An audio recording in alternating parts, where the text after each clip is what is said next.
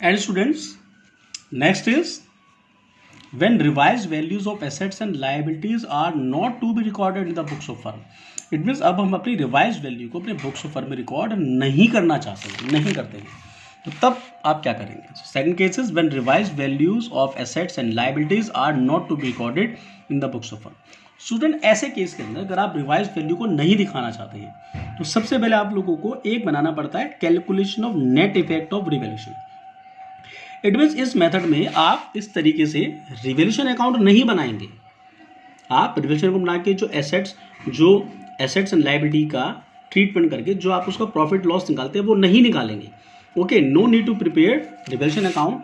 इसमें आप लोगों को रिवैल्यूएशन अकाउंट को एक कैलकुलेशन के तरीके से आपको निकालना पड़ेगा.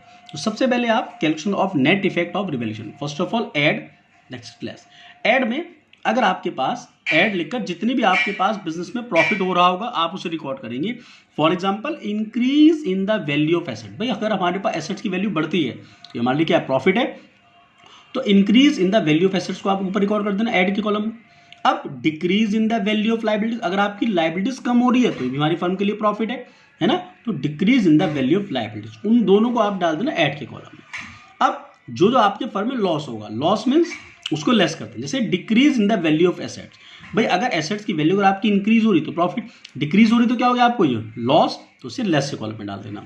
अब decrease in the value of liability, अगर आपकी लायबिलिटी का डिक्रीज होती है दैट मीन्स आपको प्रॉफिट हो रहा है, लेकिन अगर आपकी लायबिलिटी इंक्रीज हो गई तो okay this is the loss for firm. It mean expensive हो गया फर्म के लिए, है ना, एक्सपेंसिव हो गया फर्म के लिए. So increase in the value of liabilities आप उसे यहां रिकॉर्ड कर देना. ओके, इंक्रीज द एसेट्स ऊपर, डिक्रीज द एसेट्स नीचे लेस में. Okay, decrease the value of liabilities add में and increase in the value of liability आपके लेस में. एंड नाउ अब आप इसका टोटल निकालना. ओके, ऐड में से बाय लेस को माइनस करना. जो डिफरेंस आपका निकल के आएगा वो डिफरेंस आपका होगा net effect on revaluation. It means वो गेन भी हो सकता है, अगर आपका आंसर आता है प्लस में इट मीन्स गेन, अगर आपका आंसर माइनस में तो आपको लॉस हो गया. ओके, अब इस इफेक्ट के बाद में अब जब आप इसकी जनरल एंट्री बनाएंगे वो ऐसे बनाएंगे general entry in case of gain of, अगर आपको गेन ऑफ प्रॉफिट हुआ तो इस इफेक्ट को स्टूडेंट्स हम रिकॉर्ड करते हैं गेनिंग एंड सैक्रिफाइसिंग रेशियो में. तो आप लोगों को ये इफेक्ट निकालने के बाद पार्टनर्स का gaining ratio and sacrificing ratio निकालना पड़ेगा. उस रेशियो के अकॉर्डिंग फिर then we pass the journal entry. So in case of gain और profit, gaining partners capital account capital और current account debit to sacrificing partner capital और current account, जैसे हमारा पहला था gaining to sacrifice. Okay, but in case of loss reverse condition, sacrificing partners capital और current account debit to gaining partners capital और current account.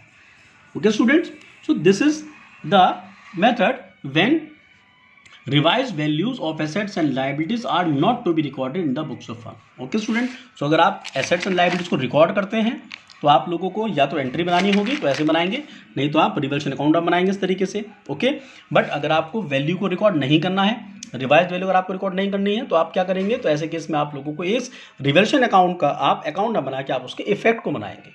Add में add वाले column, less में ये कॉलम, लास्ट में आपका रिजल्ट, जो भी रिजल्ट आपका आएगा अगर आपको गेन हो रहा है तो gaining partners to sacrificing partner, और आपको लॉस हो गया तो sacrificing partner to gaining partners.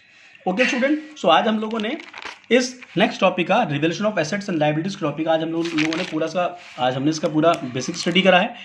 Okay student, and so students enough for today, और my next video will be based on numerical of this topic, revaluation of assets and reassessment of liability. Okay students, so enough for today. Thank you.